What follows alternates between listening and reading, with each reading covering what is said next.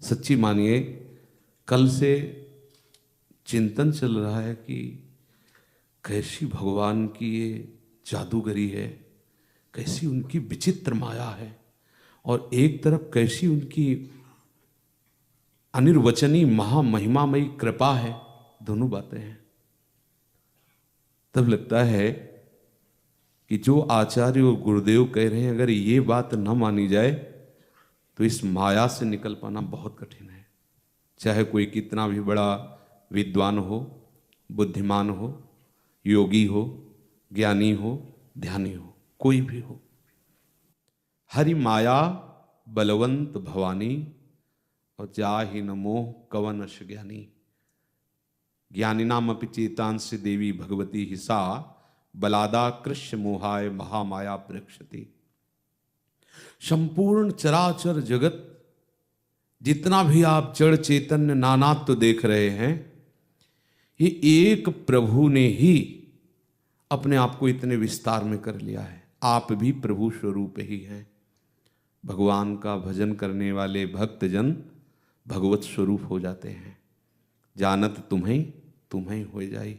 जो ये जान जाता है रहस्य प्रभु का, वो भगवत स्वरूप हो जाता है। ना कोई जीव है, ना कोई देहधारी है, ना कोई अज्ञानी है, ना कोई ज्ञानी है। वो एक तिलस्मी जादूगर अपने आप को अपना विस्तार करके खेल रहा है। ये बात हमको जाननी है। अब हमें 50 वर्ष का समय, 80 वर्ष का समय, या जो भी जीवन की आयु मिली, यहाँ भेज दिए गए। बस 83,99,999 योनियां ऐसी हैं जिनमें तुम इस तिलस्मी जादू से छूट नहीं सकते। उसे माया, त्रिगुणमयी माया, मम माया दुरत्या जिसे भगवान कह रहे हैं, वो त्रिगुण है, दैवी रेशा गुणमयी। इसकी इतनी महिमा बलवती है, जैसे भगवान की कृपा अनिर्वचनीय, ऐसे भगवान की माया भी अनिर्वचनीय। अब ये जो 84 लाख की पूर्ति वाला शरीर मिला, मनुष्य शरीर, ये केवल माया से मुक्त होने के लिए मिला है। केवल माया। और माया क्या है? यहां द्वंद्व है ही नहीं, यहां दूसरा कोई है ही नहीं। न कोई जड़ है, न कोई चैतन्य है, न कोई बुरा है, न कोई भला है, न कोई महान है, न कोई लघु है। वही बुरा भला महान लघु माया अपने चमत्कार से दिखाई दे रही है। माया ऐसी हमारी बुद्धि को आकर्षित किए है इस जादू नगरी में, मृत्यु लोक में, अनंत ब्रह्मांडों में। वो ऐसी जादूगरनी है प्रभु की माया कि वो ऐसा भ्रम फैलाए हुए है, ये बुरा है, ये भला है, ये उत्तम है, ये अधम है, मैं पुरुष हूं, मैं स्त्री हूं, ऐसा ऐसा नाना प्रकार से। अब ये जब तक भ्रम नहीं मिट जाएगा, तब तक आप इस प्रपंच के जाल से नहीं मुक्त होंगे। हर एक वस्तु माया के आकर्षण से युक्त है। हर एक वस्तु, हर एक स्थान, हर एक व्यक्ति, कुछ भी, कोई भी नहीं है ऐसा जहां आकर्षण न हो माया का। वो अपने में रमाना चाहते हैं। और वो जो रूप है वस्तु, व्यक्ति, स्थान का, उसकी सत्ता नहीं, वो है नहीं। और जो है वो दिखाई नहीं दे रहा है, और जो दिखाई नहीं दे रहा वो सत्य भास रहा और हमें आकर्षित कर रहा है। जो भी, ये बहुत सूक्ष्म विचार है, इस पर मनन करोगे तो रास्ता निकल आएगा। भूल भुलैया में फंस गए, जादूगर की जादूगरी में फंस गए।